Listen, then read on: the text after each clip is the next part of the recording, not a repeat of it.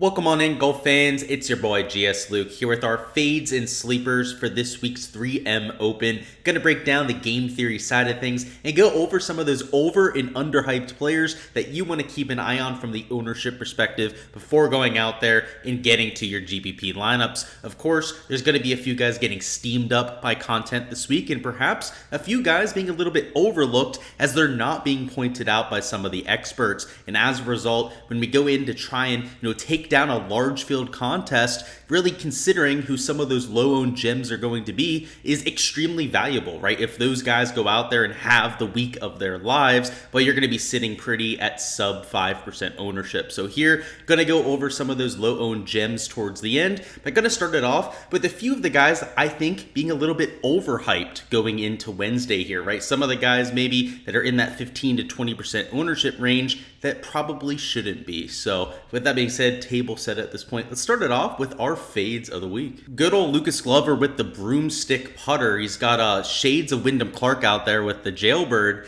$8,200. I really wanted to play, right? He's a decent putter on bent grass. You can see though he's losing 0.38 shots per round. That's actually a little bit better than his baseline. That's how poor of a putter he typically is. But for whatever reason, that little change in putter has made all of the difference for Lucas Glover. He's actually been a gainer with the flat stick over the last 3 events, and it's why he's been such an absolute stalwart and why he's number 1 in my total model ranking, number 1 in terms of recent form ranking, and why he's by far the highest owned player in this 8K range. The problem I have with it is that it's completely unsustainable, right? Lucas Glover has always been a poor putter. Now, he hasn't always had the yips like he's had for the last 2-3 months, but this little spell of like plus putting, right, is probably going to come crashing down at some point. And, now that he's 17 to nearly 20% owned, will probably be 20, maybe even 25% owned in some of those higher dollar single entry contests. I'm going to have to stay away. I see the red flags everywhere, right? It's just a ticking time bomb waiting to go off out there. And it's not like he's just this incredible, 100% consistency ball striker, right? He's a good ball striker, right? Capable of gaining off the tee and on approach, but he's not an elite level ball striker like these 9 and 10K golfers can be. So I'm a little bit hesitant about the price tag. The ownership, of course, is the main concern here. The recent form, right, is outstanding. Right, like I said, there are plenty of reasons to want to get to a Lucas Glover.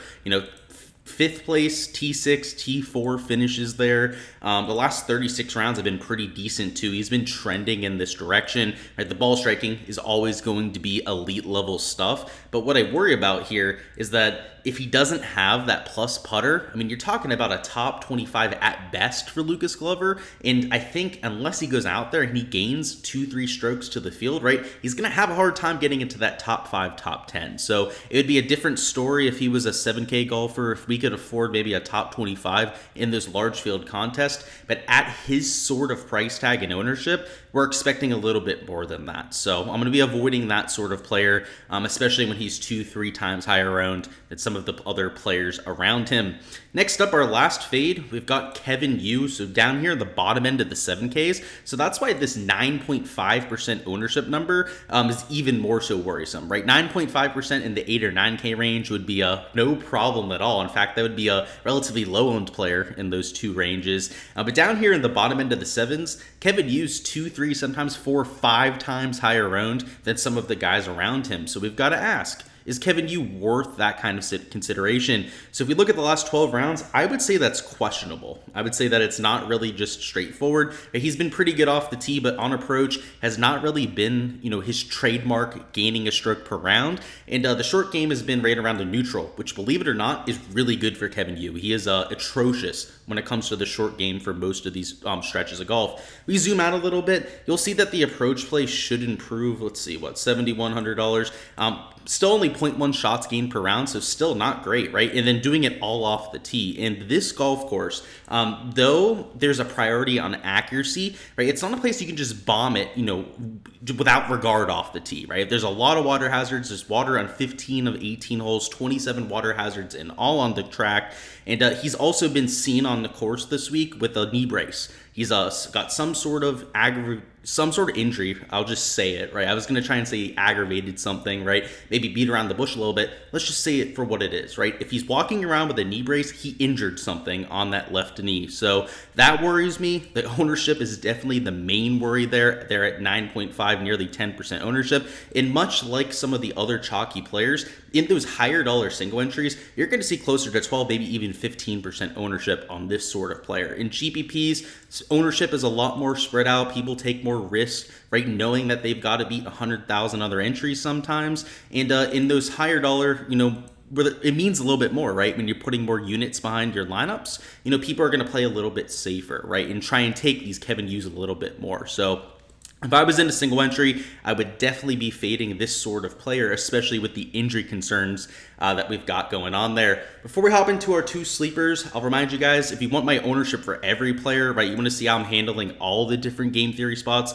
check out my Patreon page. On there, everything that is blacked out is posted, and of course, you've got the Discord down there too to throw any ideas off of me, right? So maybe there's a few chalky pieces that I'm still playing, right? What's the reasoning, right? Why am I still getting to those players as opposed to some of the other guys? Definitely hit me up on Discord for those questions. But for our last two plays, we've got JJ Spawn as our first sleeper play, and he's $8,800. And what I like about JJ Spawn is that he just can't putt of late. And JJ Spawn's a damn good putter. I mean, Azinger at one point was like singing the praises of JJ Spawn, saying that he looked like Brad Faxon out there. They looked like some of the other all-time great putters with his putting grip, especially with how like soft he was holding the putter. That's all Zinger was talking about when JJ Spawn was having his good stretch of golf.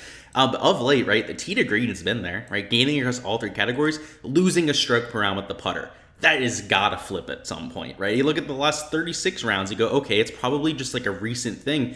Not really. It's been this way for quite some time, right? Still gaining tee to green and then losing a close to half a stroke per round with the putter. So someone's got to give it some point. He's been okay on bent grass for his career. So I know he's only rated around a neutral, but that's still a third of a stroke better per round, right, than that 36 round baseline of him losing close to half a stroke per round. And the ball striking's been there. So JJ Spawn, if you look at some of the opportunities gained stats, I mean, the guy's been hitting the ball to 10, 15 feet just over and over again out there, just not converting on those birdie putts. When this guy has the putter flip around, it's not going to be like a gradual return to the top 5, top 10 of leaderboards. It's going to be an immediate return, right? That's why I want to be early on a JJ Spawn. If we can find him, perhaps on a little bit of a surface that he feels comfortable on, maybe we get that spike performance we're looking for. And at just 6.4% owned, you can't tell me that he has 3 times less of a chance to succeed compared to somebody like Glover. Right now, there's a $600 price difference, so it's not really a one-to-one comparison, but that should give you an idea of the kind of game theory pivots that I'm taking, right? If somebody has any semblance of form or any semblance of hope, right, with their shots gained metrics, as long as they're 2-3 times lower owned, I'm always going to make that pivot. Right now, if we're talking about like a 13% owned player versus a 17% owned player, maybe I don't take it quite as seriously, but it's quite an obvious pivot when you've got such a difference in ownership. Our last sleeper player we're getting to is KH Lee, TPC Lee, as some people would talk about him out there, and has not been playing that good of late, right? We take a look at the recent form, you'll see why he's low owned and also not getting much attention. And also low priced, I should say, right there towards the bottom end of the 7K range. Cut, 72nd, cut. So about as poor form as you're going to find. You look at the last 12 measured rounds, right? The advanced metrics don't really save him all that much. He's been losing a bunch of strokes ball striking. So he's definitely had something going on of late, but long term, right? If we try and zoom out, right? Give him a little bit more leeway here. He gains across all 4 categories. And the more and more that you zoom out, right, the better the ball striking gets. He's a spike putter on a lot of these easy to read green golf courses, like we have this week with TPC Twin Cities. And, he's the kind of guy you play at low ownership and a low price tag, right? Like you don't play a chalky KH Lee. One exception might be over there at the Byron Nelson, right? His favorite golf course in the absolute world. But at just 3.7% ownership down here in the bottom end of the 7K range, right, 3 times lower owned than a Kevin Yu, you're still getting a bunch of salary savings by getting to a Gsluke. Right? I'd rather take the player that long term has won on tour before, multiple times in fact, and was a part of the President's Cup squad, right? Obviously has some pedigree, played well over there at Quail Hollow.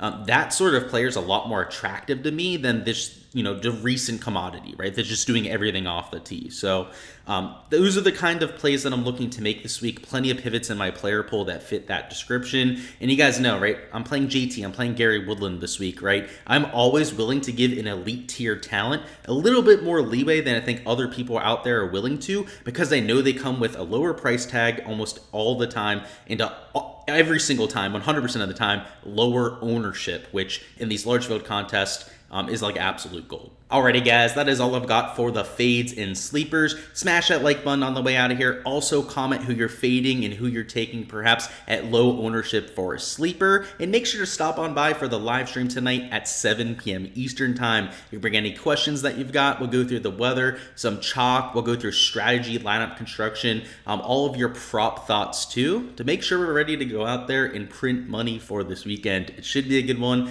Hopefully everyone out there has a successful venture, and I hope to see you guys tonight for that live stream. Should be a lot of fun. Let's get out there. Let's ask some good questions, deep dive some of the important players, and get on the good chalk and hopefully avoid some of that chalk that ends up missing the cut. Until then, guys, best of luck with those lineups, and I'll see you guys later on.